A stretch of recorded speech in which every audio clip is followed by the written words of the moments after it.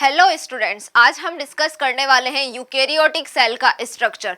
Last lecture में हमने discuss किया था प्रोकैरियोटिक सेल का स्ट्रक्चर और उसके अंदर जो भी ऑर्गेनेलीज प्रेजेंट थी उनके फंक्शंस को हमने देखा था। बेसिकली उसके स्ट्रक्चर को हमने बहुत डीपली स्टडी किया था और आज हम यूकेरियोटिक सेल के स्ट्रक्चर को डिस्कस करेंगे। यूकेरियोटिक सेल में जैसे कि आपको पता है कि प्लांट सेल आता है और एनिमल सेल आता है। यूकेरियोटिक और प्रोकैरियोटिक में जो भी डिफरेंस होता है वो हम लोग लास्ट लेक्चर में डिस्कस कर चुके हैं। आज एनिमल सेल और प्लांट सेल के बीच में हम पहले डिस्कस करेंगे कि क्या क्या डिफरेंस होता है, उसके बाद में हम डिस्कस करेंगे कि एनिमल सेल का स्ट्रक्चर किस तरह से प्लांट सेल से डिफरेंस है एंड वन बाय वन फिर हम बाकी की ऑर्गेनेलीज को यहाँ पर यूकेरियोटिक सेल में भी डिस्कस करेंगे। तो चलिए स्टार्ट करते हैं हमारा lecture that what is the difference between plant cell and animal cell. तो प्लांट सेल और एनिमल सेल में स्ट्रक्चरली भी आप स्ट्रक्चर देखकर भी काफी सारे डिफरेंस देख सकते हो, क्योंकि आपको पता है प्लांट सेल के अंदर जो वैक्यूल होता है, सेंट्रल वैक्यूल, वो इतना बड़ा होता है कि प्लांट सेल के अंदर 90% वॉल्यूम तो वही ऑक्यूपाई करता है। और इस तरह से प्लांट सेल को एनिमल सेल से बहुत बेसिकली हम देखकर ही पता लगा सकते हैं ये एनिमल सेल है, ये प्लांट सेल है। दूसरी चीज, प्लांट सेल के बाहर आपको पता है सेल वॉल प्रेजेंट है जो कि एनिमल सेल में नहीं होती है। तो 4 से 5 बेसिकली स्मॉल से डिफरेंस है, वो डिस्कस करके वन बाय वन हम आगे को लेक्चर को कंटिन्यू करते हैं। तो देखिए, प्लांट सेल में मैंने बताया जैसे कि अभी आपको सेल वॉल प्रेजेंट होती है प्लांट सेल में, लेकिन एनिमल सेल में आपकी सेल वॉल क्या होती है बेटा? एब्सेंट, क्योंकि आउटर मेम्ब्रेन क्या होता है एनिमल सेल का? Cell membrane. किसने बताया था? थियोडोर स्वान ने, जब सेल थ्योरी डिस्कस कर रहा था तभी बता दिया था उसने कि प्लांट सेल में जो आउटर मेम्ब्रेन होगा वो सेल वॉल होगा, लेकिन एनिमल सेल का आउटर मेम्ब्रेन क्या होता है? प्लाज्मा मेम्ब्रेन या फिर सेल मेम्ब्रेन होता है। तो सेल वॉल आपकी प्लांट में प्रेजेंट होती है बेटा, प्लांट सेल में सेल वॉल प्रेजेंट है और एनिमल सेल में आपका सेल वॉल एब्सेंट है। दूसरा बेसिक डिफरेंस की अगर हम बात करें तो यहाँ पर क्या होता है प्लांट सेल में बेटा? वैक्यूल होता है। प्लांट सेल में जो है लार्ज सेंट्रल वैक्यूल होता है, लार्ज सेंट्रल वैक्यूल प्रेजेंट। और एनिमल सेल में भी वैक्यूल होता है, लेकिन एनिमल सेल का जो वैक्यूल होता है बेटा वो एक स्मॉल वेसिकल की तरह प्रेजेंट होता है। तो यहाँ पे क्या होता है बेटा? Small vesicle vacuole present.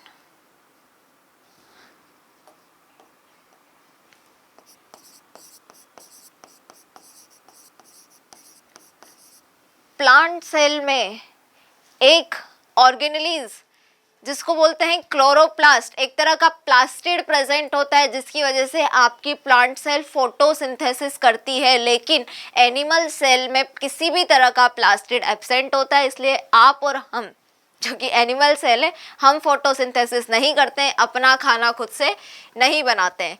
तो फोटोसिंथेसिस की अगर मैं बात करूं तो यहाँ पर फोटोसिंथेसिस के लिए क्या होता है? प्लास्टिड प्रेजेंट होता है।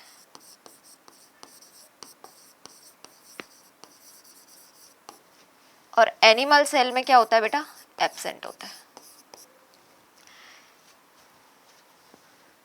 नेक्स्ट, प्लांट सेल में जो रिजर्व फूड है, स्टोर फूड है, वो क्या होता है? स्टार्च। एनिमल सेल का रिजर्व फूड होता है आपका ग्लाइकोजन। तो स्टोर फूड या रिजर्व फूड की मैं बात करूं तो यहाँ पे क्या है बेटा? स्टार्च है और यहाँ क्या है आपका? ग्लाइकोजन है। प्लांट सेल और एनिमल सेल दोनों में गोल्जी कॉम्प्लेक्स यानी कि गोल्जी बॉडी, गोल्जी अपैरेटस जिसको हम बोल सकते हैं, दोनों में प्रेजेंट होता है। लेकिन प्लांट सेल का जो गोल्जी बॉडी होता है या गोल्जी कॉम्प्लेक्स होता है बेटा, वो क्या होता है? थोड़ा सिंपल टाइप का होता है। क्या होता है? सिंपल टाइप का होता है। और इसलिए यहाँ पर इसी गोल्जी बॉडी को हम एक टर्म यूज करते हैं, डिक्टियोसोम बोला जाता है। लेकिन एनिमल सेल का जो गोल्जी बॉडी है वो क्या है बेटा? बहुत कॉम्प्लेक्स होता है। प्लांट सेल में आपका सेंट्रियोल जो है वो प्रेजेंट नहीं होता है, ये आपको पता होना चाहिए। सेंट्रियोल इज एब्सेंट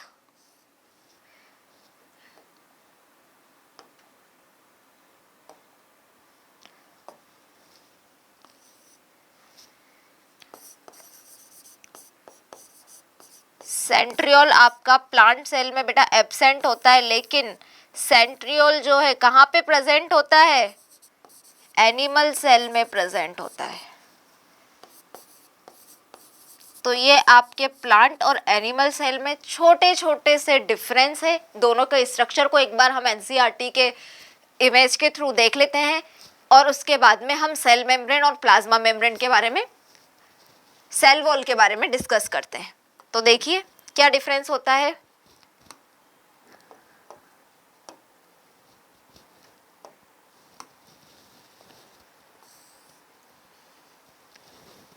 ये आपको नजर आ रही है आपकी प्लांट सेल। प्लांट सेल देखो, सबसे पहले तो हम देख रहे हैं प्लांट सेल में ये मिडिल में इतना बड़ा क्या प्रेजेंट है? सेंट्रल वैक्यूल प्रेजेंट होता है जो 90% वॉल्यूम ऑक्यूपाइड करता है। Large central vacuole is present in plant cell, जिसको देखकर पता चल रहा है ये प्लांट सेल है। इसका न्यूक्लियस क्या होता है? पेरीफेरी पर प्रेजेंट होता है। बट आपके एनिमल सेल की अगर मैं बात करूं, एनिमल सेल में जो आपका न्यूक्लियस है वो कहाँ पे होता है बेटा? सेंटर में होता है। दूसरी चीज, प्लांट सेल में ये बाहर की तरफ आपको नजर आ रही है।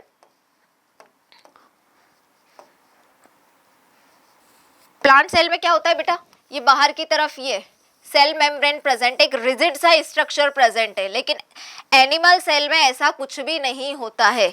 एनिमल सेल में क्या होता है? आउटर मेम्ब्रेन सेल मेम्ब्रेन से मिलकर बना होता है। यहाँ पे प्लाज्मा मेम्ब्रेन प्रेजेंट है, सॉरी यहाँ पर आउटर में सेल वॉल प्रेजेंट है, एनिमल सेल में सेल मेम्ब्रेन प्रेजेंट होता है। तो रिजिड स्ट्रक्चर है।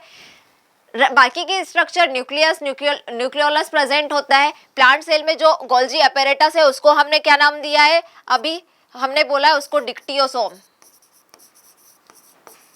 आपके डिक्टियोसोम बोलते हैं गोल्जी को। प्लाज्मा मेम्ब्रेन अंदर की तरफ प्रेजेंट होगी सेल वॉल के। वैक्यूल, लार्ज वैक्यूल प्रेजेंट होगा। मिडिल लेमिला यहाँ पे प्रेजेंट होती है।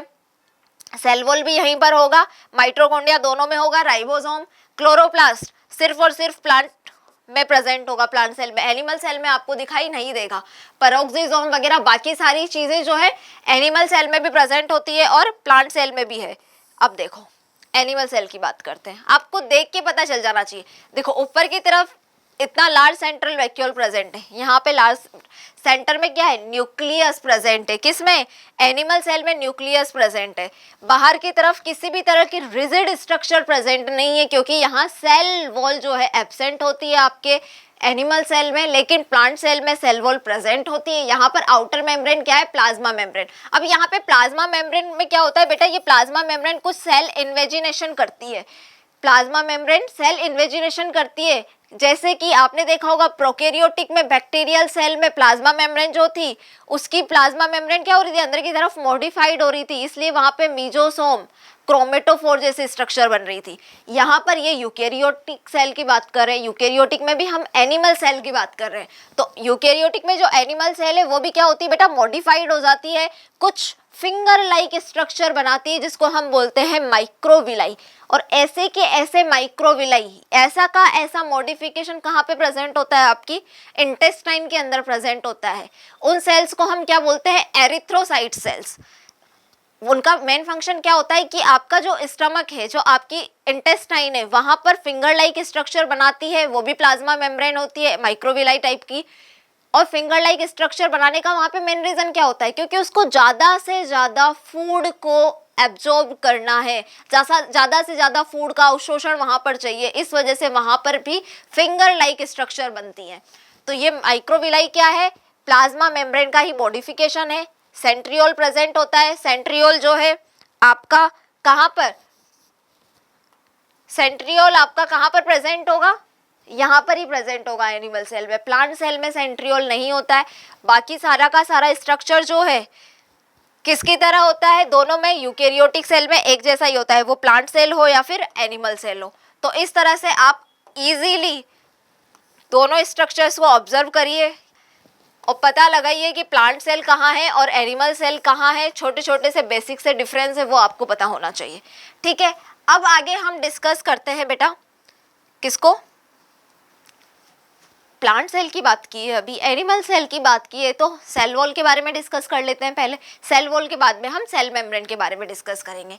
तो सेल वॉल आपको पता है कि सेल वॉल जो है वो प्लांट्स में तो प्रेजेंट होती है, यूकेरियोटिक सेल में, प्लांट सेल के अंदर ही सेल वॉल होती है, एनिमल सेल के अंदर सेल वॉल नहीं होता है।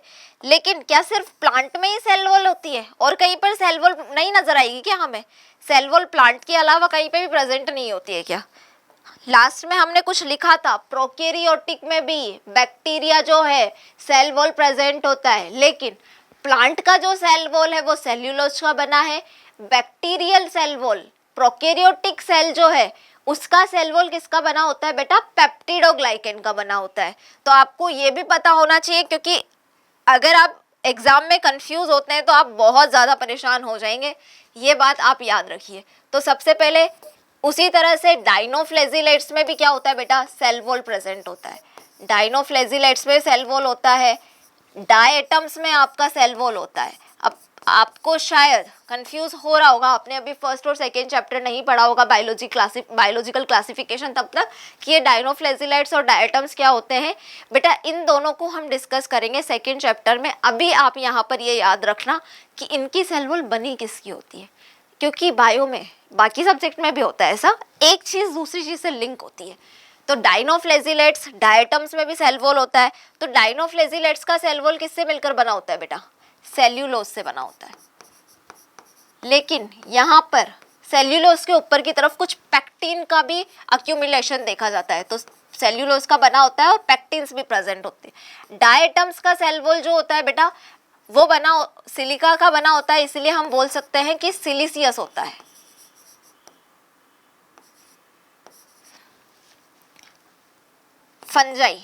फंजाई का सेल वॉल किसके से मिलकर बना होता है बेटा? काइटिन। और काइटिन क्या होता है ये हम लोग पहले भी डिस्कस कर चुके हैं। किसका होमोपॉलीमर होता है काइटिन? नाग का। होमोपॉलीमर ऑफ नाग भूल गए क्या? लास्ट टाइम पे डिस्कस किया था ना। एन एसिटाइल ग्लूकोसामिन होमोपॉलीमर नाग किसका होता है? काइटिन। किसका होमोपॉलीमर है? नाग का। फंजाई के बाद में अगर हम डिस्कस करें एल्गी, एल्गी में भी सेल वॉल प्रेजेंट होता है। और एल्गी का सेल वॉल बेटा किससे बना होता है? एक तो यहाँ पर प्रेजेंट होते हैं गैलेक्टेंस, मैग्नेंस, कैल्शियम कार्बोनेट, और साथ में यहाँ पे बेटा सेल्यूलोज भी प्रेजेंट होता है। किसके अंदर? एल्गी के अंदर। अब मैं बात करती हूँ प्लांट की सेल वॉल। तो प्लांट की सेल वॉल किससे मिलकर बनी होती है बेटा? सेल्यूलोज, हेमीसेल्यूलोज,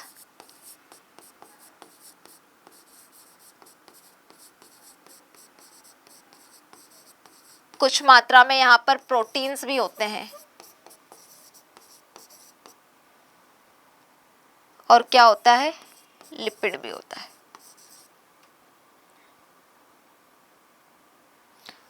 लिपिड नहीं, पैक्टिन्स होता है बेटा। लिपिड तो हम सेल मेम्ब्रेन में देखेंगे। और बैक्टीरिया का किससे बना होता है? बैक्टीरिया का सेल वॉल भी याद रखना है भाई। बैक्टीरिया का सेल वॉल आपका बना होता है किसका? पेप्टिडोग्लाइकेन का।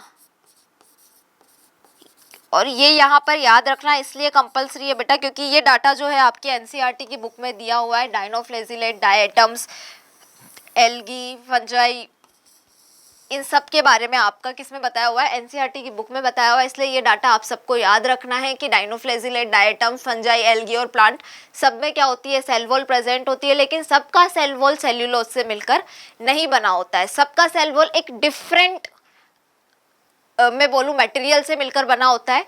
तो किसका किससे बना है ये हमें पता होना चाहिए।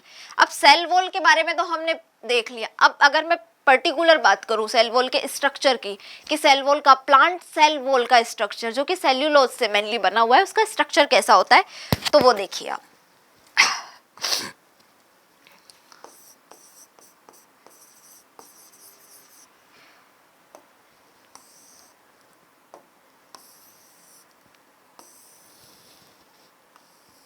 पहली बात तो हमें पता है कि जो प्लांट का सेल वॉल होता है बेटा वो बहुत ज़्यादा क्या होता है?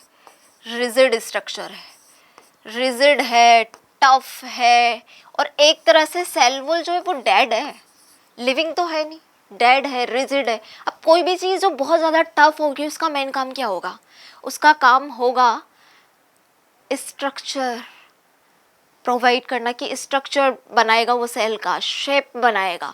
तो प्लांट सेल क्या होती है बेटा, रिजिड होती है और डेड होती है। इस वजह से रिजिड और डेड होने की वजह से आपकी plant cell wall plant cell का क्या बनाने का काम करती है, structure and give shape to cell. अब जो भी चीज इतनी रिजिड है, डेड है, वो सिर्फ स्ट्रक्चर और शेप तो देगी नहीं, क्या करेगी, मैकेनिकल स्ट्रेंथ देने का भी काम करेगी। तो आपकी सेल वॉल क्या करती है, प्लांट सेल को मैकेनिकल स्ट्रेंथ या मैकेनिकल सपोर्ट देती है। उसके अलावा ये क्या करती है, प्रोटेक्ट फ्रॉम पैथोजन, पैथोजन से बचाने का भी काम करती है बेटा।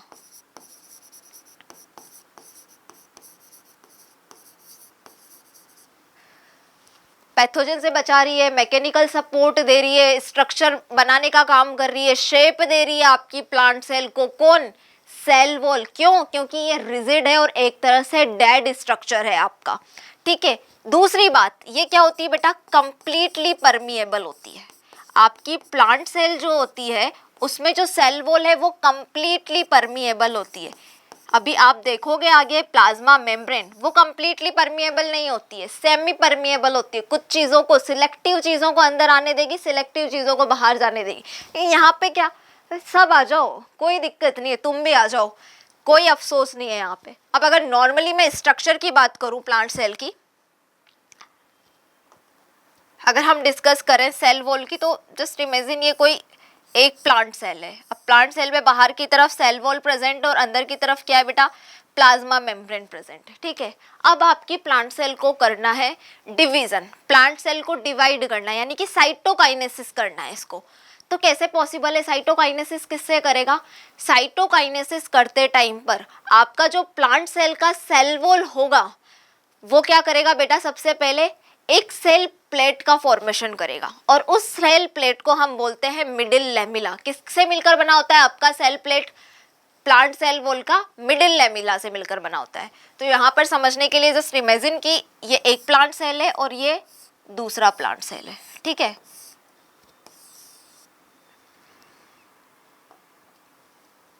अब प्लांट सेल है, प्लांट सेल को क्या करना है, डिवीजन करना है, साइटोकाइनेसिस करना है। तो साइटोकाइनेसिस करने के लिए यहाँ पर क्या बनेगा बेटा, सबसे पहले मिडिल लेमिला का फॉर्मेशन होगा। अब ये मिडिल लेमिला क्या होता है, सेल प्लेट है, किससे मिलकर बना होता है, कैल्शियम मैग्नीशियम पेक्टेट से मिलकर बना होता है। दूसरी चीज, सीमेंटिंग लेयर का काम करता है। जैसे तुम्हें घर बनाना है, ईंटें आ गई, अब ईंटों को जोड़ने का काम क्या करेगा, रेत और सीमेंट ही करता है आपका। तो वैसे ही ये क्या कर रहा है, दो सेल वॉल, दो प्लांट की जो सेल वॉल है, दो प्लांट सेल्स को आपस में जोड़ने का काम कर रहा है, इसलिए इसको सीमेंटिंग लेयर भी बोलते हैं। कैल्शियम मैग्नीशियम पेक्टेट का मिलकर बना होता है, रिजिडिटी देता है, कहीं ना कहीं परमिएबल होगा, रिजिडिटी देगा। ले अब देखो, आपको ये नजर आ रहा है, मिडिल लेमिला के राइट साइड में देखो या मिडिल लेमिला के लेफ्ट साइड में देखो, यहाँ पर एक लेयर आपको नजर आ रही है, देखो अभी मैं बताती हूँ, अभी नजर आएगी। एक लेयर आपको नजर आ रही है यहाँ पे, ये मैंने अभी बनाई है येलो कलर की, फ्रेशली बनती है ये, जब आपका डिवीजन होना होगा तब फ्रेशली बनेगी ये येलो कलर की। इसको क्या बोलेंगे, primary cell wall. Freshly synthesise होती है, पहले से अवेलेबल नहीं होती है, नई की नई बनती है, इलोंगेशन का काम करवाती है ये, आई मीन इलास्टिसिटी होती है, तो कहीं ना कहीं सेल को ग्रोथ करवाने का काम करती है। तो ये क्या है आपका बेटा, पहले तो आपको ये पता होना चाहिए, नाम लिख लेते हैं, this is cell wall,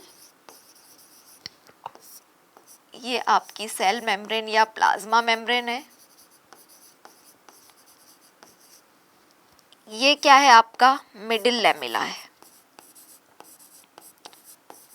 middle lamella के राइट साइड या लेफ्ट साइड में जो मैंने देखा है उसको मैं क्या बोलूँगी, प्राइमरी सेल वॉल।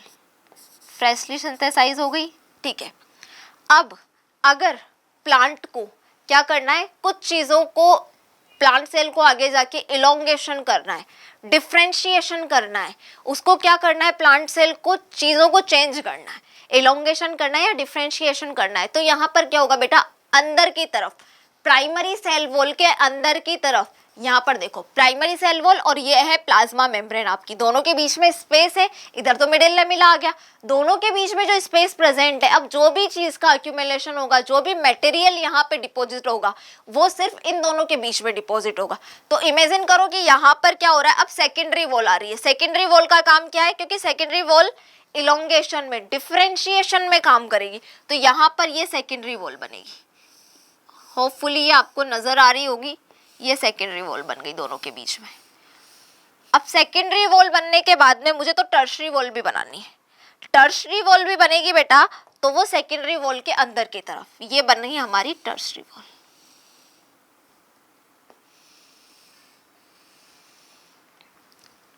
तो ये क्या है बेटा, आपकी सेकेंडरी वॉल है, सेकेंडरी सेल वॉल, और ये है आपकी टर्शरी सेल वॉल। इस तरह से दो प्लांट सेल जो है, ये मान लो प्लांट का सेल नंबर 1 है और ये क्या है, सेल नंबर 2 है, तो दो प्लांट सेल इस तरह से रेडी हैं। अब प्लांट सेल को क्या करना है, आपस में डिवाइड करना है, साइटोकाइनेसिस करना है। तो सबसे पहले मिडिल लेमिला आया, मिडिल लेमिला जो है परमिएबल है, फिर प्राइमरी वॉल बनी आपकी। प्राइमरी वॉल के बाद में जब सेल को क्या करना होगा, इलोंगेशन वाला काम करना होगा, डिफरेंशिएशन करना होगा, तब क्या होगी, सेकेंडरी और टर्शरी वॉल का फॉर्मेशन होगा। तो आगे हम 1 बाय 1 देख लेते हैं सबको पढ़ के कि मैग्नीशियम पैक्टेट का बना होता है आपका मिडिल लेमिला, तो मिडिल लेमिला का क्या काम है और बाकी चीज़ों का क्या काम है। ठीक है बेटा, तो देखो इधर, ये सबसे पहले हम बात करते हैं मिडिल लेमिला के बारे में। मैंने अभी बोला क्या होता है, कैल्शियम मैग्नीशियम पैक्टेट से मिलकर बना है, पहली बात तो ठीक है। दूसरा पॉइंट, सीमेंटिंग लेयर होती है,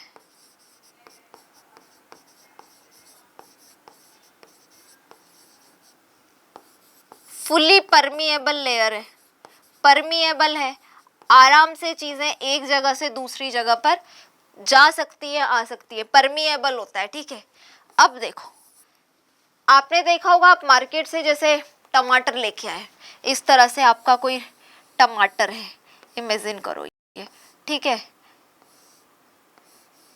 अब ये रेड कलर का होने से पहले जब हम मार्केट से इसको लेकर के आते हैं, ये कौन से कलर का होता है बेटा, ग्रीन कलर का।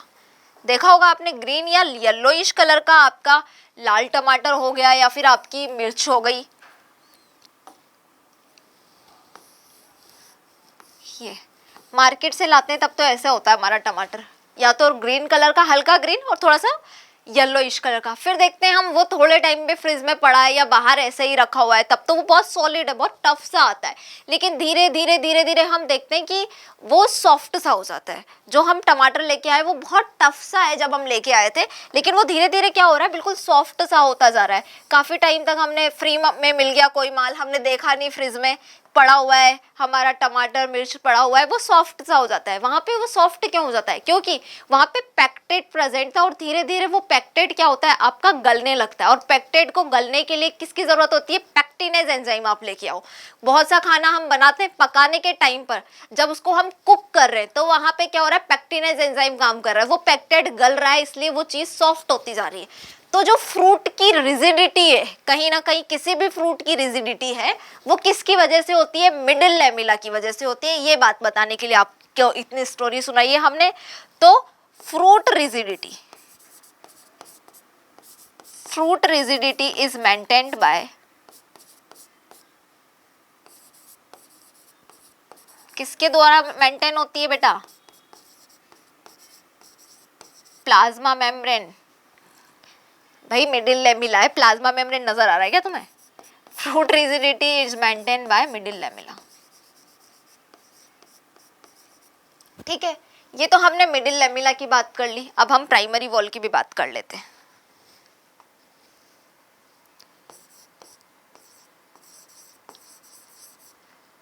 अभी थोड़ी देर पहले ही मैंने डिस्कस करते हुए बोला था, फ्रेशली सिंथेसाइज होती है, यही बोला था।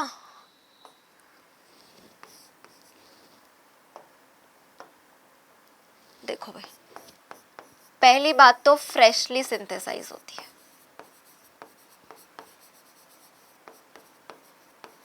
फुली परमिएबल है ये भी, और मिडिल लेमिला भी आपका फुली परमिएबल था। फ्रेशली सिंथेसाइज हुई है, फुली परमिएबल है। और जो भी नई नई चीज़ बनेगी वो क्या करती है, उसके अंदर इलास्टिसिटी भी होती है। आपकी प्राइमरी सेल वॉल कैसी होती है, इलास्टिक होती है, इलास्टिक भी होती है बेटा ये। अब जब ये कोई भी चीज़ इलास्टिक होगी, प्राइमरी सेल वॉल हो या कोई भी चीज़ इलास्टिक होगी, तो वो चीज़ उसके अंदर क्या होगा, एक्सपेंड करने की प्रॉपर्टी होगी, ग्रोथ करने की प्रॉपर्टी होगी। तो ये क्या कर सकती है, एक्सपेंड टू ग्रो। अब ग्रोथ तो इसने कर दी, बढ़ा दिया आपकी सेल को, प्लांट सेल को बड़ा कर दिया, ग्रोथ करवा दी। अब इसको क्या करना है, आगे प्लांट सेल को डिफ्रेंशिएशन करना है। तो ये क्या करेगी बेटा, ये खत्म हो जाएगी। जैसे ही प्लांट सेल आपका इलोंगेशन या डिफ्रेंशिएशन वाले फेज में आएगा, प्राइमरी सेल वॉल जो होगी वो खत्म हो जाती है, डेमिनिशाइज हो जाती है। तो क्या होगा बेटा, जैसे ही ये ग्रोथ वाली फेज में आएगा, डेमिनिशिंग,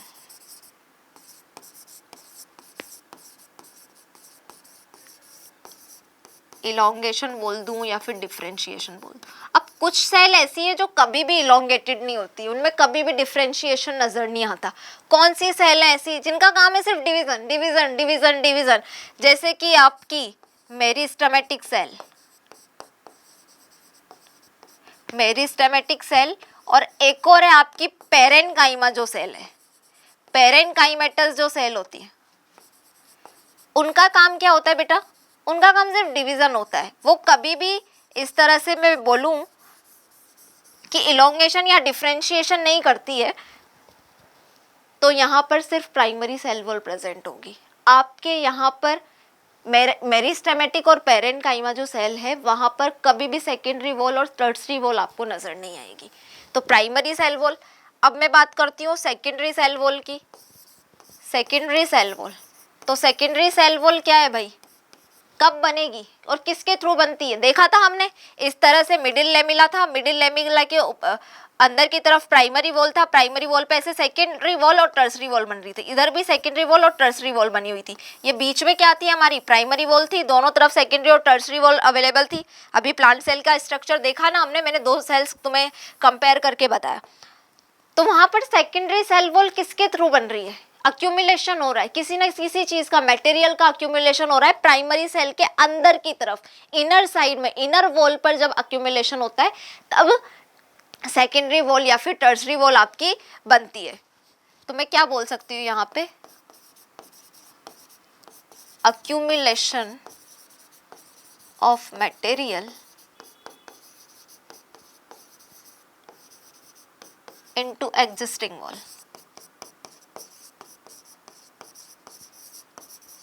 किससे मिलकर बनी होती है भाई ये, सुबेरिन, लिग्निन और क्यूटीन से बनी होती है। क्या काम है इसका, इनका काम है बेटा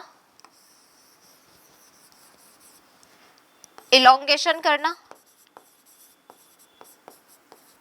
इलोंगेशन एंड डिफ्रेंशिएशन।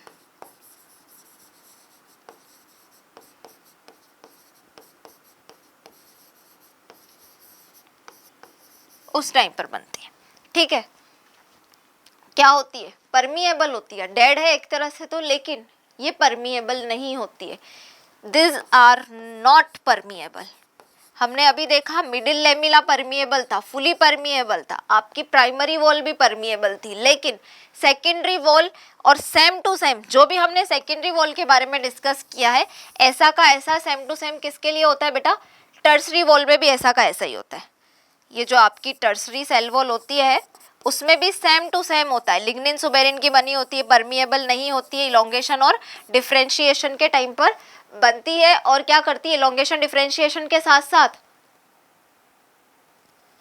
क्या करती है भाई, डेड होती है, इतना याद रखो। तो सेम टू सेम जो हमने ऊपर पढ़ा वैसा का वैसा सेकेंडरी और टर्सरी में सेम ही है। अब मैंने अभी डिस्कस किया कि जब ये परमिएबल नहीं है तो यहाँ पर क्या होगा, कुछ कनेक्शन भी होते हैं, एक सेल का दूसरे सेल से बीच में कुछ डेड वॉल कनेक्शन प्रेजेंट होंगे, कुछ यहाँ पर लिविंग कनेक्शंस भी होंगे। तो जब परमिएबल नहीं है तो एक सेल दूसरे सेल में साइटोकाइनेसिस कर रही है यहाँ पर, तो साइटोकाइनेसिस का मतलब ही क्या होता है कि एक सेल से कुछ ना कुछ मटेरियल दूसरे सेल में ट्रांसफर होगा, इसीलिए कर रही है वो सेल डिवीजन। तो फिर जाएगा कैसे, सोचो कैसे जाएगा। मैं तब तक स्ट्रक्चर निकालती हूँ जो हमने डिस्कस किए और फिर तुम सोचो तब तक कि वो जाएगा कैसे। तो जाता बेटा ऐसे है, क्या होता है यहाँ पे ये जो सेकेंडरी वॉल और टर्सरी वॉल होती है ना, मैं थोड़ा सा इसको इरेज करूंगी और दोबारा बना देती हूँ, रुको एक सेकेंड।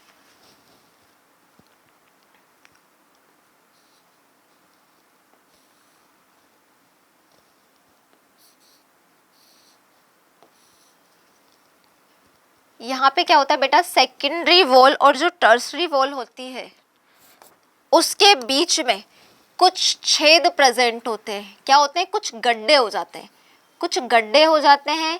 तो वो जो गड्ढे होते हैं ना,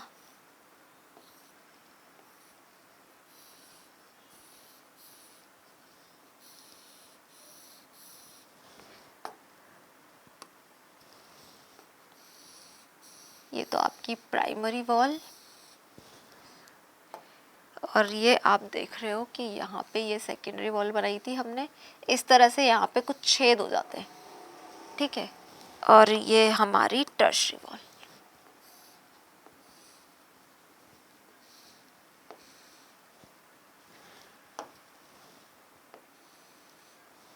तो आपको नजर आ रहा है यहाँ से लेकर, एक सेकेंड अभी आएगा नजर, तो मैम क्या नजर आ रहा है, नजर आने दोगे तब तो कुछ नजर आएगा। तो आपको दिखाई दे रहा है ये बीच में यहाँ पे ये छेद हो चुके हैं, किसके बीच में, सेकेंडरी और टर्शरी वॉल के बीच में। तो इन छेदों को क्या बोलते हैं, पिट्स। तो पिट्स are the connection between dead wall, आप बोल सकते हो जहां पर सेकेंडरी और टर्सरी वॉल अब प्रेजेंट नहीं होती है, एब्सेंट होती है, उन स्पेस को हम क्या बोलते हैं बेटा, पिट्स। तो ये आपका क्या है, ये पिट्स है बेटा। तो what is pits, pits are the dead connection, pits are the dead connection between dead wall, pits are the connection. तो ये वाली लाइन याद रखना आप, मैं यहाँ पर लिखवा देती हूँ भाई, वरना तुम मुझे 100% guarantee है that you will be forgot. Pits are the connection between dead wall. अब क्या सिर्फ डेड कनेक्शन ही होते हैं सेल वॉल के बीच में, कोई और कनेक्शन भी होता है क्या, सोचो। सिर्फ डेड कनेक्शन ही होते हैं या फिर कुछ और कनेक्शन भी होता है, थिंक अबाउट।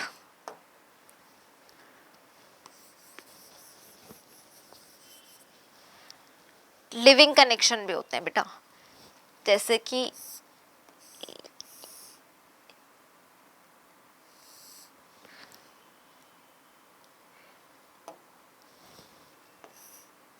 मान लो ये तुम्हारी एक प्लांट सेल है, ठीक है, ये इधर ऐसी दूसरी प्लांट सेल है,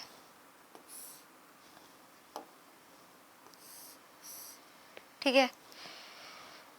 अब दो प्लांट सेल के बीच में लिविंग कनेक्शन भी होते हैं। अब मैं आपको बता रही हूँ वो लिविंग कनेक्शन होते कैसे। सबसे बाहर की तरफ सेल वॉल प्रेजेंट होती है, तुम्हें पता है। सेल वॉल के अंदर क्या होता है, हमारा प्लाज्मा मेम्ब्रेन होता है, वो भी तुम्हें पता है, तुम्हें तो पता कुछ ज्यादा ही है, ठीक है।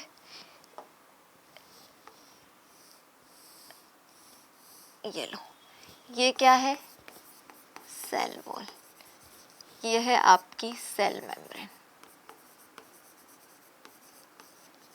अब सेल वॉल और सेल मेम्ब्रेन प्रेजेंट है, तो सेल वॉल और सेल मेम्ब्रेन के अंदर तुम्हें पता है क्या होता है, साइटोप्लाज्म प्रेजेंट होता है, ये साइटोप्लाज्म अंदर की तरफ। अब साइटोप्लाज्म के अंदर क्या होगा बेटा, न्यूक्लियस होगा। क्या होगा साइटोप्लाज्म के बीच में, न्यूक्लियस है।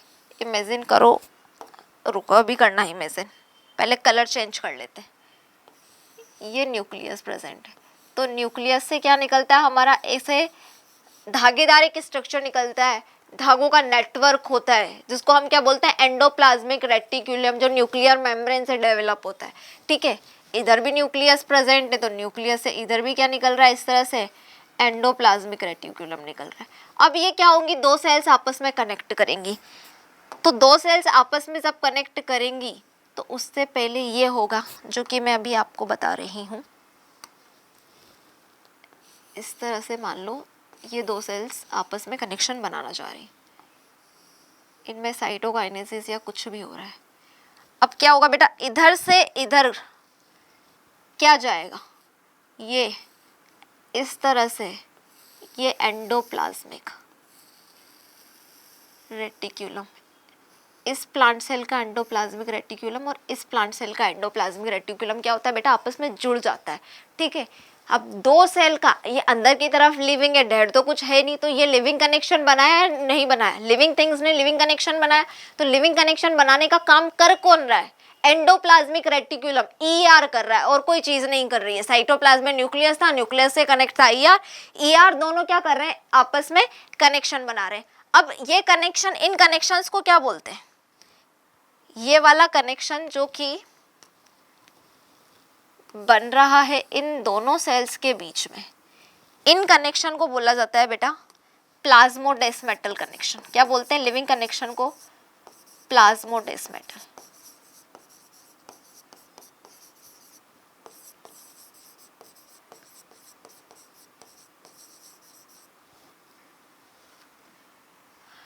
अब प्लाज्मोडेस्मेटल कनेक्शन लिविंग कनेक्शंस को बोलते हैं, लेकिन एंडोप्लाज्मिक रेटिकुलम का वो पार्ट, लाइन ध्यान से सुनना, एंडोप्लाज्मिक रेटिकुलम का वो पार्ट जो कि प्लाज्मोडेस्मेटल कनेक्शन के बीच में आ रहा है, इस वाले पार्ट को हम क्या बोलेंगे, इस पार्ट को बोला जाता है बेटा डेस्मोट्यूब्यूल।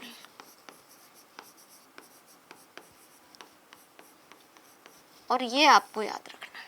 ठीक है, तो क्या हुआ, सिर्फ पिट्स जो है वो क्या है, डेड वॉल के बीच का कनेक्शन, एंड प्लाज्मोडेस्मेटा क्या है बेटा, this is living connection. What is this, living connection between dead cell. क्या है बेटा ये, living connection between dead cell. तो what is living connection between dead cell is plasmodesmatal connection. तो ये लिविंग कनेक्शन है बेटा, किसके बीच का, दो डेड वॉल के बीच में लिविंग कनेक्शन होता है। एंडोप्लाज्मिक रेटिकुलम का क्या निकला, न्यूक्लियस से एंडोप्लाज्मिक रेटिकुलम निकला, दो सेल्स आपस में कनेक्ट हो गई जिसको बोला प्लाज्मोडेस्मेटा। जो कनेक्शन, जहां पे वो जंक्शन बन रहा है, वो जो स्पेशल पार्ट एंडोप्लाज्मिक रेटिकुलम का जिस जगह पर आ रहा है, उसको हम बोल रहे हैं बेटा डेस्मोट्यूबुल। तो इस तरह से क्या होगा, आपका ये सेल वॉल हमारा खत्म हुआ। तो सेल वॉल के बारे में हमने क्या क्या देखा कि सेल वॉल, दो प्लांट सेल जब होंगी, प्लांट सेल को जब क्या करना है, सेल डिवीजन करना है, साइटोकाइनेसिस करना है, तो सबसे पहले वहां पर मिडिल लेमिला बनेगा, जो कि क्या होता है, सेल प्लेट होता है, कैल्शियम मैग्नीशियम पेक्टेट का बना होता है, फुली परमिएबल है। फिर प्राइमरी वॉल को देखा हमने, मिडिल लेमिला के पास में दोनों तरफ प्राइमरी वॉल प्रेजेंट होती है, वो भी फुली परमिएबल है, फ्रेशली सिंथेसाइज हुई है, क्या कर रही है, इलास्टिसिटी होती है। ठीक है, इलोंगेशन और डिफरेंशिएशन जब भी होगा सेल का, वो खत्म हो जाएगी वहां से। सेकेंडरी वॉल और टर्शरी वॉल कैसे बन रही है, प्राइमरी वॉल के अंदर की तरफ अक्यूमुलेशन हो रहा है मटेरियल का एग्जिस्टिंग वॉल पर, जिसकी वजह से सेकेंडरी वॉल और टर्शरी वॉल बन रही है। उनका मेनली काम क्या है, आपकी प्लांट सेल का इलोंगेशन करना, डिफरेंशिएशन करवाना। ठीक है, अब जहां पे सेकेंडरी और टर्शरी वॉल एब्सेंट होती है सेल वॉल, उसको हम पिट्स बोलते हैं। पिट्स are the connection between dead wall and plasmodesmatal is living connection between dead wall. तो इस तरह से सेल वॉल क्या कर रही थी, आपके प्लांट को रिजिडिटी दे रही थी, मैकेनिकल सपोर्ट दे रही थी, पैथोजन से बचाने का काम कर रही है, शेप और स्ट्रक्चर देने का काम कर रही है। और यहाँ पर हमारा सेल वॉल खत्म होता है। अब हम बात करते हैं सेल मेम्ब्रेन के बारे में। और आपको पता है सेल मेम्ब्रेन प्लांट सेल हो या फिर एनिमल सेल हो, प्लांट सेल हो या फिर क्या हो बेटा, एनिमल सेल हो, सेल मेम्ब्रेन दोनों में एक जैसी होती है। प्रोकैरियोटिक का सेल वॉल भी प्रोकैरियोटिक का सेल मेम्ब्रेन भी यूकैरियोटिक सेल मेम्ब्रेन के जैसा ही होता है। दूसरी बात कि सेल मेम्ब्रेन किसी का भी हो, प्रोकैरियोटिक का हो, यूकैरियोटिक का हो, प्लांट सेल का हो, एनिमल सेल का हो, सिर्फ सेमी परमिएबल होगा, फुली परमिएबल नहीं होगा कि हाँ प्राइवेट बस का काम है बेटा, तू भी आ जा, तू भी आ जा, वो भी आ जाएगा, उधर अरे नहीं आ जाएगा, फिर भी सब आ जाएंगे, मेरे सर पे बैठ जाना, वो वाला काम नहीं होता। फिक्स सीटिंग है, फिक्स चीज़ों को आने देगा, 50 सीटें तो 50 ही लोग अंदर आएंगे। 51 को भी एंट्री नहीं मिलेगी यहाँ पे, समझ गए। तो सेल मेम्ब्रेन जो है आपका बेटा वो क्या होता है, सेमी परमिएबल होता है। प्लांट सेल में सेल मेम्ब्रेन सेल वॉल के अंदर प्रेजेंट है, लेकिन आपके एनिमल सेल में सबसे बाहर की तरफ जो प्रेजेंट होता है वो क्या होता है, सेल मेम्ब्रेन होता है। ठीक है, अब दूसरी बात सुनो, सेल मेम्ब्रेन के लिए आप अगर पुराने मॉड्यूल्स बुक्स देखोगे तो न जाने कितने आपको मॉड्यूल्स नजर आएंगे, वहाँ पे बहुत सारे मॉडल दिए हुए हैं, लेकिन हमारी एनसीईआरटी में एक वाइडली एक्सेप्टेड मॉडल है जिसको किसने दिया था, सिंगर एंड निकोलसन ने दिया था, जिसका नाम है बेटा फ्लूइड मोज़ेक मॉडल। 1972 में सिंगर एंड निकोलसन ने एक मॉडल दिया था जिसको बोलते हैं फ्लूइड मोज़ेक मॉडल। अब इस मॉडल में क्या है पहले हम डिस्कस करते हैं, मैं तुम्हें समझा देती हूँ फिर हम बोर्ड पर आएंगे। फ्लूइड मोज़ेक मॉडल में क्या था बेटा, सिंगर और निकोलसन ने जब ये मॉडल दिया तो उन्होंने ये बोला 1972 में कि जो सेल मेम्ब्रेन होती है उसका स्ट्रक्चर जो है ना बहुत एसिमेट्रिक टाइप का है। कि एसिमेट्रिक क्यों है, क्योंकि जो ये सेल मेम्ब्रेन है आपकी वो किसकी बनी होती है, लिपिड्स और प्रोटीन से मिलकर बनी होती है। ठीक है, लिपिड्स में कौन होते हैं, हाईली लिपिड्स होते हैं यहाँ पे फॉस्फोलिपिड। अब आप ये समझ सकते हो कि फॉस्फोलिपिड का समुद्र है, फॉस्फोलिपिड का क्या है, सी है, और उसमें जो प्रोटीन प्रेजेंट है वो कैसे प्रेजेंट है, जैसे आइसबर्ग होते हैं। ठीक है, तो फॉस्फोलिपिड का तो सी है और आइसबर्ग की तरह क्या है वहां पे प्रोटीन प्रेजेंट है। तो protein iceberg are present in the C of phospholipid. ठीक है, बोल दिया उन्होंने। तो इससे इस असिमेट्रिक का क्या वास्ता है भाई, कि भाई फॉस्फोलिपिड बहुत ज़्यादा है, प्रोटीन का नंबर कम भी हो सकता है, कहीं कहीं पे फॉस्फोलिपिड भर भर के हैं और उसमें प्रोटीन बीच बीच में घुसता हुआ जा रहा है, अलग से शो हो रहा है। ठीक है ना, ब्लैक एंड वाइट एक एसिमेट्रिक स्ट्रक्चर बना रहा है मोज़ेक जैसा, इसलिए इसको फ्लूइड मोज़ेक देने का के पीछे यही मकसद था कि मोज़ेक इसलिए बोल दिया कि ठीक है। फॉस्फोलिपिड क्या होता है, बाईलेयर में प्रेजेंट होता है और आपका प्रोटीन जो है बीच बीच में धंसा हुआ होता है।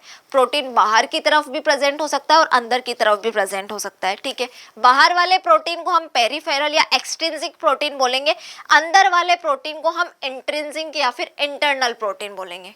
ठीक है, अब सिर्फ फॉस्फोलिपिड प्रेजेंट है लिपिड्स में, नहीं, मैक्सिमम नंबर फॉस्फोलिपिड का है, बाकी भी लिपिड्स वहां पर प्रेजेंट होंगे, जैसे कि कोलेस्ट्रॉल प्रेजेंट होगा जो क्या करेगा, उस सेल मेम्ब्रेन के स्ट्रक्चर को क्या करेगा, रिजिडिटी, कहीं ना कहीं शेप देने का, थोड़ी सी टफनेस देने का काम करेगा। ओके, उसके अलावा आपके लेसिथाइन नाम के वहाँ पे लिपिड्स भी प्रेजेंट हो सकते हैं। कुछ आप देखेंगे मॉडल में, अभी मैं स्ट्रक्चर बताऊंगी यहाँ पे एनसीईआरटी वाला, वहां पे क्या हो रही है कि लिपिड से कुछ शुगर आकर जुड़ा हुआ है। अब आपको पता है लिपिड से जब शुगर या ग्लूकोज कुछ भी जुड़ेगा तो हम उसके लिए क्या वर्ड यूज करेंगे, ग्लाइकोलिपिड्स प्रेजेंट है। वैसे ही प्रोटीन से भी क्या होंगे, शुगर ऐड होंगे और उसको हम बोलेंगे ग्लाइको प्रोटीन। तो इस तरह से आपका फ्लूइड मोज़ेक मॉडल है जो सिंगर एंड निकोलसन ने दिया था, 1972 में दिया था, और उन्होंने बताया किस तरह से एक सेल मेम्ब्रेन का स्ट्रक्चर होता है। अब इस मॉडल के बिहाफ पर आप ये समझ सकते हैं कि प्लांट सेल का सेल मेम्ब्रेन भी वैसा ही होगा, एनिमल सेल का सेल मेम्ब्रेन भी ऐसा ही होता है, और प्रोकैरियोटिक सेल का जो सेल मेम्ब्रेन है वो भी सेम एज इट इज होता है। तो चलिए अब डिस्कस करते हैं सेल मेम्ब्रेन के बारे में। क्या होता है, पहली तो आपको पता है कि सेमी परमिएबल है,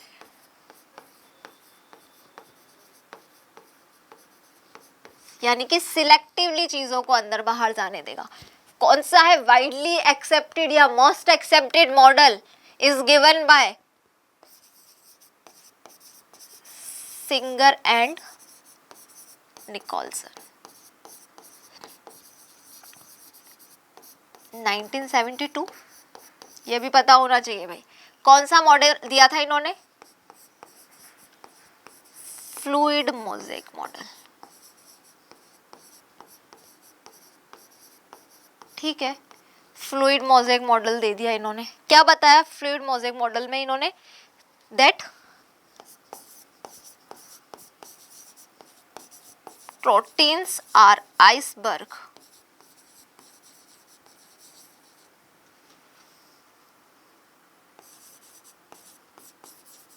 in the sea of phospholipid.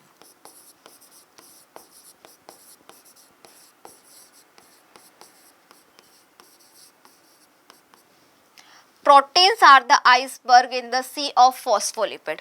अब फॉस्फोलिपिड क्या होता है ये देखो तुम,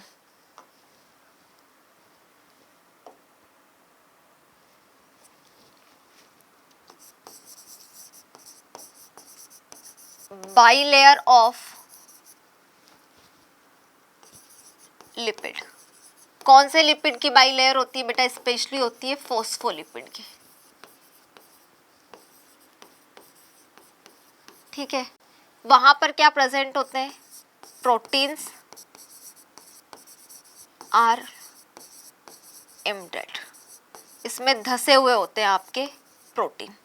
अब एक बार मैं स्ट्रक्चर बना रही हूँ, नॉर्मल सा स्ट्रक्चर हम यहाँ पर बनाते हैं, फिर मैं आपको वन बाय वन डिस्कस करती हूँ। इस तरह से क्या होता है बेटा, ये आपकी फॉस्फोलिपिड की जैसे लेयर होती है।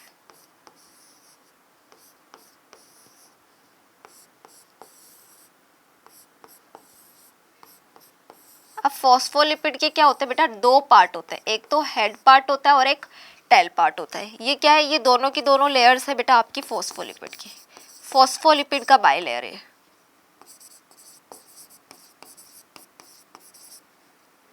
ठीक है,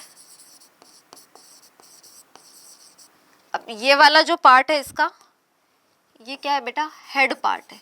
हेड पार्ट जो होता है फॉस्फोलिपिड का वो कैसा होता है बेटा? हाइड्रोफिलिक। हाइड्रोफिलिक यानी कि वाटर लविंग होता है, पोलर पार्ट होता है। पहली बात तो हाइड्रोफिलिक होता है और पोलर पार्ट है। ठीक है, एक होता है बेटा इसका टेल पार्ट। टेल पार्ट क्या होता है बेटा? हाइड्रोफोबिक होता है, यानी कि पानी से दूर रहता है, ये पानी से डर लगता है इसको, फोबिया है इसको पानी से। टेल पार्ट आपका हाइड्रोफोबिक है, हेड पार्ट आपका हाइड्रोफिलिक है। अब इसमें क्या होता है बेटा? बीच बीच में आपको नजर आएंगे कि यहाँ पे जैसे ये प्रोटीन प्रेजेंट है, ये यहाँ पे बाहर की तरफ कहीं कहीं पे प्रोटीन प्रेजेंट है, ये आपका एक बहुत बड़ा प्रोटीन प्रेजेंट है। फिर क्या हुआ? वापस से शुरू हो गया, क्योंकि पानी में, किसके समुद्र में? फॉस्फोलिपिड के समुद्र में। आइसबर्ग कौन है? प्रोटीन है। अब ये बाहर की तरफ जो प्रोटीन प्रेजेंट है बेटा, कौन सा वाला? जैसे कि ये वाला, ये क्या है? एक्सट्रिंसिक प्रोटीन या फिर पेरिफेरल प्रोटीन। ठीक है, अंदर वाला जो प्रोटीन है, क्या फिर अंदर सिर्फ यही है? नहीं, ये भी अंदर की तरफ है। तो ये अंदर वाले प्रोटीन कौन से हैं बेटा? इंट्रिंसिक या फिर इंटीग्रल प्रोटीन। ठीक है, अब इमेजिन करो ये हेड वाला पोलर पार्ट है, टेल वाला आपका नॉन पोलर पार्ट होता है। अब इस नॉन पोलर पार्ट से किसको गुजरना है? पोलर वाले पार्ट को इस नॉन पोलर वाले पार्ट से गुजरना है। सोचो, यहां से मेरे को कुछ ऐसे निकालना है तो कैसे निकलेगा? क्योंकि ये तो नॉन पोलर पार्ट है, नॉन पोलर से पोलर वाला पार्ट तो निकल नहीं सकता, पोलर कोई मॉलिक्यूल गुजर के जा नहीं सकता, तो कैसे गुजरेगा? तो बेटा वो गुजरेगा कहाँ से? ये आपका ये जो इंटीग्रल प्रोटीन है, जो इतना बड़ा प्रोटीन है, इससे गुजरेगा। ये इंटीग्रल प्रोटीन इतना बड़ा क्यों है? इंटीग्रल प्रोटीन, कुछ कैरियर प्रोटीन्स ऐसे होते हैं जो इनसाइड प्रेजेंट होते हैं, ट्रांसपोर्ट का काम करवाते हैं, और इनकी लंबाई या इनकी मोटाई इतनी होती है जितनी कि सेल वॉल में ये फॉस्फोलिपिड की मोटाई है। सेल वॉल की जो आपस में, सॉरी सेल वॉल क्यों बोल रही हूँ, सेल मेम्ब्रेन की जो आपस में जितनी मोटाई है, उतनी ही मोटाई इन इंटीग्रल कैरियर प्रोटीन्स की होती है, जिसके थ्रू क्या होता है? आपके पोलर जो आयंस हैं या पोलर जो मॉलिक्यूल्स हैं, वो भी नॉन पोलर वाले पार्ट से क्या होते हैं? आसानी से निकल सकते हैं, ट्रांसपोर्ट हो सकते हैं। ठीक है, तो इंटीग्रल प्रोटीन और एक्सट्रिंसिक प्रोटीन की हमने बात कर ली। इस तरह का एक मॉडल था। बाइलिपिड, फॉस्फोलिपिड बाइलेयर में प्रेजेंट था और बीच बीच में क्या प्रेजेंट थी? यहाँ पे प्रोटीन प्रेजेंट थी। अगर अंदर की तरफ प्रोटीन प्रेजेंट है तो इंट्रिंसिक प्रोटीन। प्रोटीन अगर आपकी कहाँ पे प्रेजेंट है बेटा? आउटसाइड में प्रेजेंट है, तो उसको हम बोल रहे हैं एक्सट्रिंसिक प्रोटीन। अब प्रोटीन के फंक्शन और प्रोटीन के ईज ऑफ एक्सट्रैक्शन के बेस पर क्या होता है बेटा? प्रोटीन टू टाइप्स के होते हैं। प्रोटीन की अगर मैं बात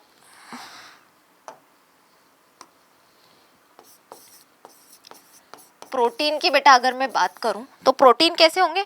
टू टाइप के होंगे, फंक्शन के बेसिस पे भी अलग होंगे और मैं क्लासिफाइड कर सकती हूँ इसको किसके बेसिस पर, फंक्शन के बेसिस पर और ईज ऑफ एक्सट्रैक्शन के बेसिस पर। नंबर 1 में बात कर रही हूँ फंक्शन के बेस पर, और एक होता है ईज ऑफ एक्सट्रैक्शन, यानी कि प्रोटीन जो है उनको इजी कहाँ से है निकालना। फॉस्फोलिपिड में धसे हुए ना वो, तो फॉस्फोलिपिड की बाइलेयर में, तो कहाँ वाले प्रोटीन को आसानी से आप निकाल सकते हो और कहाँ के प्रोटीन को आप कितनी भी कोशिश करो नहीं निकाल सकते हो। तो फंक्शन के बेसिस पे बात करूँ, अगर आपका प्रोटीन क्या कर रहा है, ट्रांसपोर्ट करवाने का काम कर रहा है, किसी भी सामान को एक जगह से दूसरी जगह लेके जाने का काम करता है, तो वो हो गए आपके कैरियर प्रोटीन। प्रोटीन अगर आपका क्या कर रहा है, स्ट्रक्चर बनवाने का काम कर रहा है, स्ट्रक्चर में हेल्प कर रहा है, तो वो हो गए आपके बेटा स्ट्रक्चरल प्रोटीन। क्या होगा, स्ट्रक्चरल प्रोटीन। अगर प्रोटीन क्या कर रहा है, किसी एंजाइम एक्टिविटी में काम कर रहा है, एंजाइम्स बनाने का काम कर रहा है, उनको हेल्प कर रहा है, तो वो हो गए आपके enzymatic protein. Ease of extraction के बिहाफ पर दो तरह के प्रोटीन होते हैं, एक होता है बेटा इजी टू एक्सट्रैक्ट और एक होते हैं डिफिकल्ट टू एक्सट्रैक्ट। अब तुम 11th क्लास में हो और तुम मुझसे ज़्यादा समझदार भी मुझे लगते हो, तो तुम बताओ कैसे, कौन से वाले इजी होंगे और कौन से वाले डिफिकल्ट होंगे। सोचो जरा भाई, जो बाहर की तरफ कोई भी चीज़ होगी, आपकी शर्ट को पकड़ना क्यों इजी है, क्योंकि ये बाहर की तरफ है, किसी को भी तुम्हें पकड़ना है, सबसे पहले इसको भी पकड़ सकता है भागते भागते। तो जो बाहर की तरफ चीज़ प्रेजेंट होगी, चोर आएंगे तुम्हारे घर में, जो बाहर सामान पड़ा होगा उसको इजीली उठा के ले जाएंगे, बट जो लॉकर में सामान रखा होगा उसको क्या आसान है कि हाँ ऐसे ही गेट से घुसे निकाल के ले गए, नहीं है ना इजी। तो क्या होता है बेटा, जो आउटर साइड में जो एक्सट्रिंसिक प्रोटीन है आपका, एक्सट्रिंजिंग या फिर मैं बोलूँ पेरीफेरल जो प्रोटीन है, पेरीफेरल साइड में, बाहर साइड में जो प्रोटीन प्रेजेंट है, उनको क्या होता है बेटा, इजी है निकालना। लेकिन जो अंदर की तरफ धसे हुए हैं आपके प्रोटीन, जिनको मैं क्या बोल रही हूँ, इंटीग्रल प्रोटीन या इंट्रिंसिक प्रोटीन, इनको इजी नहीं है निकालना। ठीक है, तो इस बिहाफ पर दो तरह के आपके प्रोटीन मैंने बता दिए कि फंक्शन के बिहाफ पर ईज ऑफ एक्सट्रैक्शन। अगर मैं बात करूं किसकी, लिपिड्स की, कि लिपिड्स कितने टाइप के होते हैं, डिस्कस मैं सब कर चुकी हूँ, लिखा के बता रही हूँ बस। अब लिपिड्स एक तो है आपकी बाइलेयर, किसकी बनी हुई है, फॉस्फोलिपिड की।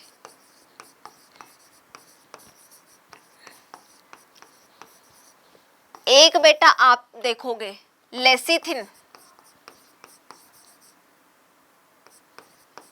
लिपिड भी प्रेजेंट होते हैं, एक आपके कोलेस्ट्रॉल प्रेजेंट है, किसमें, लिपिड्स, कोलेस्ट्रॉल टाइप का लिपिड भी प्रेजेंट है आपके इस मॉडल में या सेल मेम्ब्रेन में। एक बेटा आपका ग्लूकोज के साथ में, ग्लूकोज जब या शुगर जब आपकी लिपिड से ऐड हो जाती है तो उसको हम बोलते हैं ग्लाइकोप्रोटीन। तो आपका ग्लाइकोप्रोटीन भी कहाँ पे प्रेजेंट है बेटा, सॉरी ग्लाइकोलिपिड, ग्लाइकोलिपिड टाइप के लिपिड भी कहाँ पे प्रेजेंट होते हैं, सेल मेम्ब्रेन में प्रेजेंट होते हैं। अभी कैसे प्रेजेंट होते हैं मैम, वो मैं अभी मॉडल दिखा रही हूँ, शांति रखो। ग्लाइकोलिपिड, एक जब शुगर जो है प्रोटीन से ऐड हो जाता है बेटा, तो यहाँ पर क्या होता है, ग्लाइकोप्रोटीन भी प्रेजेंट होता है आपके सेल मेम्ब्रेन में, ग्लाइकोप्रोटीन भी प्रेजेंट होता है, एंजाइम्स भी प्रेजेंट होते हैं बेटा, साथ में वाटर भी प्रेजेंट है, और यहाँ पे अभी हम देखेंगे कुछ कार्बोहाइड्रेट भी प्रेजेंट है। ठीक है, तो ये सब लिपिड और प्रोटीन तो प्रेजेंट होगा ही होगा, साथ में क्या क्या प्रेजेंट होगा यहाँ पर, एंजाइम्स, वाटर और कार्बोहाइड्रेट। लिपिड और प्रोटीन का तो सबसे ज्यादा नंबर होता है, लेकिन ये जो लिपिड और प्रोटीन का एक अमाउंट हम बात करें, जो कि आपके एनसीईआरटी में आरबीसी का दिया हुआ है कि 52% वहाँ पे प्रोटीन और 40% लिपिड प्रेजेंट है, आरबीसी के लिए बात की हुई है। तो क्या ये सारी सेल्स में एक जैसा होता है, नहीं बेटा, आरबीसी की सेल में अलग है, बाकी सेल्स में अलग होगा, सेल टू सेल वेरी करता है लिपिड और प्रोटीन का अमाउंट सेल मेम्ब्रेन में। ठीक है, अगर आरबीसी में तो वैसे जनरली सेल मेम्ब्रेन आपको पता है 52% क्या हो रहा है, प्रोटीन है वहां पर, और 40% क्या है बेटा वहां पे लिपिड है। लेकिन आरबीसी का ये अमाउंट दिया हुआ है, आरबीसी का रेशियो है, तो ये फिक्स रेशियो नहीं है, बाकी सेल टू सेल वेरी करेगा, बाकी सेल्स में क्या होता है, डिफरेंट होता है, सेम किसी में भी नहीं होगा। सेल टू सेल वेरी करने का मतलब यही है कि अलग अलग सेल में अलग अलग टाइप के प्रोटीन और लिपिड का अमाउंट प्रेजेंट होगा। तो प्रोटीन और लिपिड्स कौन कौन से होते हैं ये हमने देख लिए, प्रोटीन कौन से होंगे, लिपिड कौन से होंगे वो भी देख लिया, और लिपिड्स और प्रोटीन के अलावा क्या क्या होता है वो भी हमने देख लिया। अब मैं आपको क्या करती हूँ, एक मॉडल दिखा देती हूँ आपको, वैसे तो क्योंकि आएगा नहीं समझ में। हमारा फ्लूइड मोज़ेक मॉडल दिया हुआ है एनसीईआरटी में, ठीक है, फ्लूइड मोज़ेक मॉडल दिया हुआ है कुछ ऐसा, देखो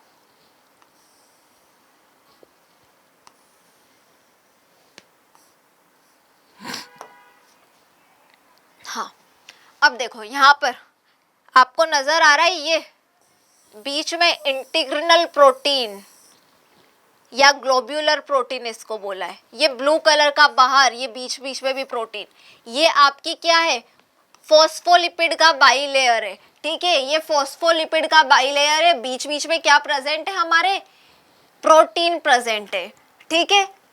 पेरिफेरल प्रोटीन जो बाहर की तरफ है, अंदर की तरफ जो है वो इंटीग्रिनल प्रोटीन। अब प्रोटीन ये बाहर की तरफ हम देख रहे हैं यहाँ पर बेटा, आप लोगों को दिखाई दे रहा होगा, हाँ देखो यहाँ पे ये क्या है बेटा, ये शुगर है, ये अंदर की तरफ से जो निकल रहा है, ठीक है, ये प्रोटीन है, प्रोटीन के ऊपर शुगर ऐड हो गया है, तो ये क्या बना रहा है, आपस में ग्लाइकोप्रोटीन बना रहा है। यहाँ पे भी देखो ये शुगर यहाँ पे प्रेजेंट है, और ये शुगर किसके साथ, प्रोटीन के साथ जुड़कर क्या बना रही है, ग्लाइकोप्रोटीन बना रही, ठीक है।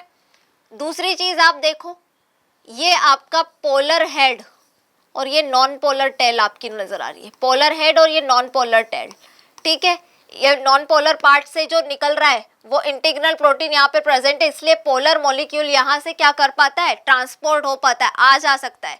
उसके अलावा हमने बात की थी कार्बोहाइड्रेट प्रेजेंट है आपके उसमें सेल मेम्ब्रेन के, इसमें यहाँ पे देखो कोलेस्ट्रॉल प्रेजेंट है, मैंने बोला था कि एक और लिपिड होता है यहाँ पे, इसको कोलेस्ट्रॉल बोल रहे हैं। कोलेस्ट्रॉल क्या करता है, स्ट्रक्चर को मेंटेन करने का काम करता है, स्ट्रक्चर को मेंटेनेंस देता है, कहीं ना कहीं इसका स्ट्रक्चर खराब ना हो जाए, इसलिए यहाँ पे कोलेस्ट्रॉल प्रेजेंट होता है।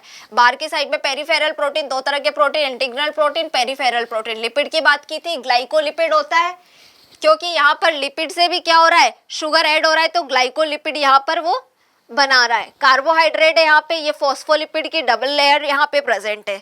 हाइड्रोफोबिक टेल्स, फोबिया है इसको पानी से, और हाइड्रोफिलिक क्या होता है, हेड होता है। यही सब कुछ हमने अभी तक डिस्कस किया है लास्ट स्लाइड में। देखो लिपिड्स के बारे में मैंने बताया कि वाटर, एंजाइम, कार्बोहाइड्रेट वगैरह प्रेजेंट होते हैं, देख लिया। ग्लाइकोलिपिड भी है, ग्लाइकोप्रोटीन भी वहाँ पे प्रेजेंट है। दो तरह के प्रोटीन बताए मैंने, इजी टू एक्सट्रैक्ट यानी कि पेरिफेरल प्रोटीन या एक्सट्रिंसिक प्रोटीन, और अंदर की तरफ इंटीग्रल या इंट्रिंसिक प्रोटीन, और इसका एक और नाम वहाँ पर दिया हुआ है, कौन सा बेटा, ग्लोब्यूलर प्रोटीन। ये भी आपको नाम याद रखना है, ठीक है। अब प्रोटीन और लिपिड की हमने बात कर ली। प्रोटीन लिपिड के अलावा सेल मेम्ब्रेन के स्ट्रक्चर में क्या क्या प्रेजेंट होता है वो भी हम क्या कर चुके हैं बेटा, डिस्कस कर चुके हैं। अब हम एक चीज और डिस्कस कर लेते हैं, ये सिंगर एंड निकोलसन का फ्लूइड मोज़ेक मॉडल, ऐसा ही आपके एनसीईआरटी में देख लेना। क्या बोला मैंने, फ्लूइड बोला और मोज़ेक मॉडल बोला, राइट। फ्लूइड क्यों बोला ये तो मैं मोज़ेक क्यों बोला ये तो मैं बता चुकी हूँ, मैं समझा देती हूँ वापस से। अभी थोड़ी देर पहले भी मैंने बताया है। मोज़ेक बेटा इसलिए बताया है कि मोज़ेक क्या एक जिगजैग कॉम्बिनेशन है, ब्लैक एंड व्हाइट सा कॉम्बिनेशन है, एक एसिमेट्रिक स्ट्रक्चर है। क्या हो रहा है, lipid lipid lipid lipid present है, उसमें बीच बीच में प्रोटीन प्रेजेंट है, तो एक ब्लैक एक व्हाइट, एक ब्लैक एक व्हाइट, इस तरह से एक मोज़ेक जिगजैग सा कॉम्बिनेशन बन रहा है, ठीक है, एसिमेट्रिक स्ट्रक्चर बन रही। फ्लूइड क्यों बोला है, फ्लूइड बोलने का मतलब है बेटा, यहाँ पर हम अभी बात कर चुके हैं कि लिपिड्स भी प्रेजेंट है, और क्या मेनली प्रेजेंट है, प्रोटीन प्रेजेंट है, ठीक है। अब फ्लूइड इसलिए बोला है क्योंकि ये क्या करते हैं, लिपिड और प्रोटीन मूवमेंट शो करते हैं सेल मेम्ब्रेन के अंदर, मूवमेंट होगा, मूवमेंट शो करते हैं। तो आपका ये जो लिपिड होता है बेटा, ये रोटेशनल मूवमेंट करता है, रोटेशनल मूवमेंट करता है, ठीक है। तो रोटेशनल मूवमेंट जो है आपका प्रोटीन भी शो करता है, ठीक है। दूसरी चीज लेटरल मूवमेंट, लेटरल मूवमेंट भी क्या करता है, लिपिड शो करता है, प्रोटीन भी आपका लेटरल मूवमेंट शो करता है। रोटेशनल यानी कि अपनी ही जगह पे ऐसे पूरा रोटेट हो जाना, लेटरल यानी कि left right, right left movement करना, लिपिड भी शो करेगा वो, प्रोटीन भी शो करेगा। नेक्स्ट मूवमेंट है बेटा flip flop movement. Flip flop movement का मतलब क्या होता है वो बताओ। फ्लिप फ्लॉप मूवमेंट का मतलब होता है बेटा कि अपनी ही जगह पर पूरा ऊपर से नीचे और नीचे से ऊपर, यानी कि पूरा का पूरा नीचे ऊपर घूम जाए, वो होता है फ्लिप फ्लॉप मूवमेंट, इस तरह का मूवमेंट। तो लिपिड क्या करता है बेटा, फ्लिप फ्लॉप मूवमेंट जो है यहाँ पर शो करता है, लेकिन आपके प्रोटीन जो है फ्लिप फ्लॉप मूवमेंट शो नहीं करते हैं। क्यों? क्योंकि आपने देखा इंटरनल प्रोटीन जो है, इंट्रिंसिक जो प्रोटीन था, ग्लोब्यूलर प्रोटीन, उसका साइज इतना बड़ा है जितना कि प्लाज्मा मेम्ब्रेन की मोटाई है। अगर वो पूरा का पूरा ऊपर और नीचे हो गया तो इस स्ट्रक्चर का तो पता नहीं क्या होगा, मॉडल तो गया तेल लेने, स्ट्रक्चर न जाने कहाँ पहुंच जाएगी। तो प्रोटीन जो है फ्लिप फ्लॉप मूवमेंट शो नहीं करता, सिर्फ और सिर्फ लेटरल और क्या करता है, रोटेशनल मूवमेंट शो करता है। इसलिए इस मॉडल का जो एक तरह से हम बोले कि कैसा नेचर हो गया, क्वासी फ्लूइड, आपकी एनसीईआरटी में दिया हुआ है, क्वासी फ्लूइड नेचर हो गया बेटा। क्वासी फ्लूइड नेचर हो गया, या फिर मैं बोलूं सेमी फ्लूइड नेचर भी इसको बोल सकते हो आप, क्योंकि प्रोटीन और लिपिड से मेनली बना है और एक लिपिड कुछ और काम कर रहा है, प्रोटीन कुछ जो फ्लिप फ्लॉप मूवमेंट है वो शो नहीं कर रहा है। इसलिए इसको फ्लूइड मोज़ेक मॉडल बोलते हैं। फ्लूइड क्यों बोलते हैं? क्योंकि मूवमेंट शो होते हैं। मोज़ेक क्यों बोलते हैं? क्योंकि ब्लैक एंड व्हाइट, अलग अलग black and white asymmetric structure में प्रेजेंट होता है, क्वासी फ्लूइड नेचर का होता है। दूसरी बात, प्रोटीन और जो लिपिड होती है, प्रोटीन और क्या बेटा, लिपिड। तो प्रोटीन कितना 52% और लिपिड कितना बेटा 40%। किस में होता है? आरबीसी में होता है। लेकिन ये सारा का सारा जो रेशियो है वो सभी सेल्स में प्रेजेंट नहीं होता, सेल टू सेल वेरी करता है। तो हमने फ्लूइड मोज़ेक मॉडल देख लिया, सेल मेम्ब्रेन का स्ट्रक्चर देख लिया, कौन कौन से लिपिड है, प्रोटीन है, सब कुछ हमने डिस्कस कर लिया। Types of protein, types of lipid भी हमने देख लिया। Now we will discuss about the function of cell membrane, कि सेल मेम्ब्रेन का फंक्शन क्या है। तो भाई सेल मेम्ब्रेन एक तरह से सेमी परमिएबल है, लेकिन इलास्टिक टाइप की है। क्या होती है? थोड़ी सी स्मूथ होती है, ठीक है। तो सबसे पहली बात तो सेल मेम्ब्रेन जो है आपकी क्या करेगी बेटा, सेल डिवीजन करवाएगी, ठीक है, सेल डिवीजन। दूसरा काम क्या होता है बेटा, कि ये सेल की ग्रोथ भी करवाती है।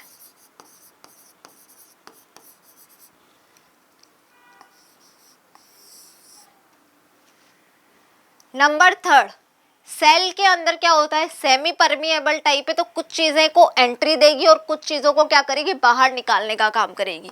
यानी कि एंट्री और एग्जिट का काम भी क्या करती है, सेल मेम्ब्रेन करती। अब एंट्री होगी किसी भी चीज की तो उसको हम प्रोसेस को क्या बोलेंगे, एंडोसाइटोसिस। अब कोई चीज बाहर निकल रही है तो प्रोसेस है बेटा एक्सोसाइटोसिस। अब एंडोसाइटोसिस है, कोई भी सेल है, सेल मेम्ब्रेन, अब इसको क्या करना है बेटा, फूड को अंदर लेना है। इमेजिन करो, अंदर लेना है खाना, अंदर सेल को भूख लगी है, खाना अंदर गया, तो ये किस प्रोसेस के थ्रू, ऐसे एंडोसाइटोसिस प्रोसेस के थ्रू खाना आपका अंदर पहुंच गया। अब अगर ये फूड जो है वो कैसा है, सॉलिड टाइप का फूड है, अच्छा मस्त राजमा चावल ये खा रहा है, तो क्या है बेटा, आपका फूड जो है आपका सॉलिड टाइप का है, सॉलिड फूड है। तो सॉलिड फूड है, तो इस एंडोसाइटोसिस प्रोसेस को हम बोलेंगे बेटा फेगोसाइटोसिस।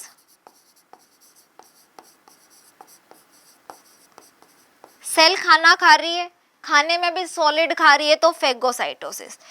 अब अगर सेल कुछ पी रही है, कुछ लिक्विड से डाइट, सेल जो है डाइटिंग पर है, सेल कुछ लिक्विड ले रही है, यानी कि लिक्विड फूड है या लिक्विड सेल ने कुछ अंदर की तरफ लिया, खाना लिया, तो इस प्रोसेस को बेटा बोलते हैं पीनोसाइटोसिस। कुछ खा रही है तो फेगोसाइटोसिस, कुछ पी रही है तो पीनोसाइटोसिस। ठीक है। अब सेल कोई चीज बाहर निकाल रही है, क्या कर रही है? एक्सोसाइटोसिस का प्रोसेस, बाहर फेंक रही है, यानी कि सेल की वॉमिटिंग, बोल सकते हैं वॉमिटिंग भाई बाहर ही होती है, तो सेल वॉमिट कर रही है, तो सेल की वॉमिटिंग को क्या बोलेंगे बेटा? Exocytosis process. ठीक है, ये भी सेल का काम है, चीजों को अंदर लेना और बाहर निकालना। एक और फंक्शन है सेल का, क्या है बेटा? ट्रांसपोर्ट।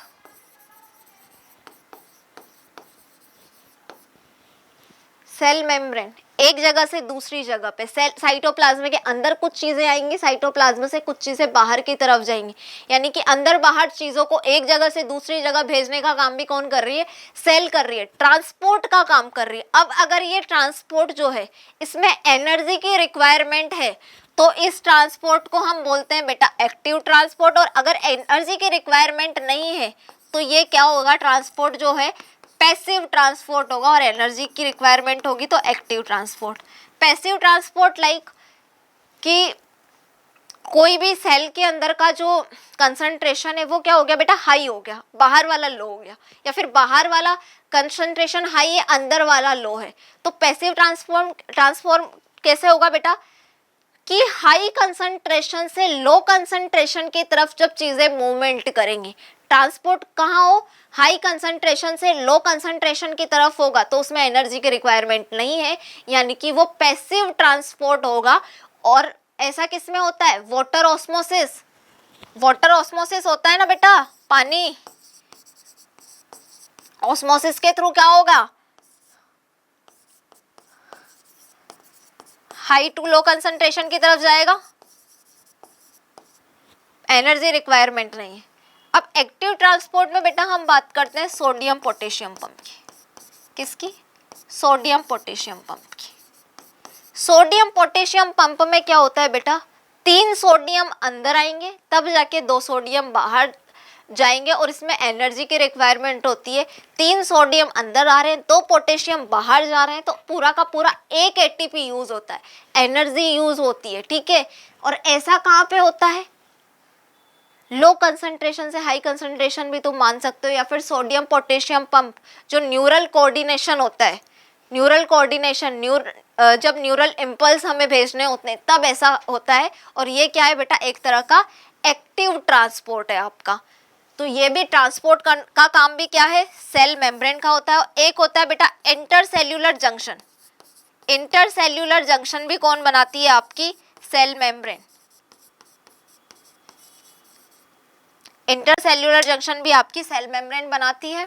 तो इस तरह से बेटा हम लोगों ने आज यूकेरियोटिक सेल में, प्लांट सेल और एनिमल सेल में कुछ डिफरेंस देखे, दोनों के स्ट्रक्चर को हमने डीपली एनालिसिस किया। सेल मेम्ब्रेन देखा हमने और सेल वॉल का स्ट्रक्चर देखा। सेल मेम्ब्रेन में हमने क्या देख लिया बेटा? फ्लूइड मोज़ेक मॉडल, जो कि बहुत इंपॉर्टेंट है, वाइडली एक्सेप्टेड मॉडल है एनसीईआरटी का, उसको हमने डिस्कस किया। आई होप बेटा आपको ये सब कुछ समझ में आया होगा। और आपको जब भी कोई लेक्चर पढ़ाया जाता है उसके बाद में नोट्स आपको हैंड टू हैंड बनाने होते हैं। साथ साथ हम ट्राई करते हैं कि कोई भी एनसीईआरटी का जो सेंटेंस है या कोई भी एनसीईआरटी का जो इम्पोर्टेंट वर्ड है वो हमसे मिस ना हो।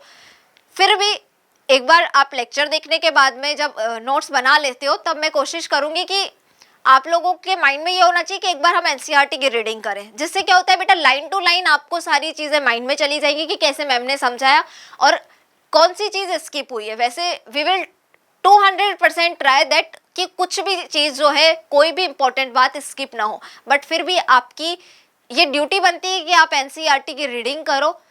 ओके बेटा, नेक्स्ट लेक्चर में जो है हम डिस्कस करेंगे एंडोमेम्ब्रेन सिस्टम को। एंडोमेम्ब्रेन सिस्टम को डिस्कस करने के बाद में उसके अंदर जो अलग अलग टाइप की ऑर्गेनेलीज प्रेजेंट होती है यूकेरियोटिक सेल में, उनको हम देखेंगे, उनके फंक्शंस को देखेंगे।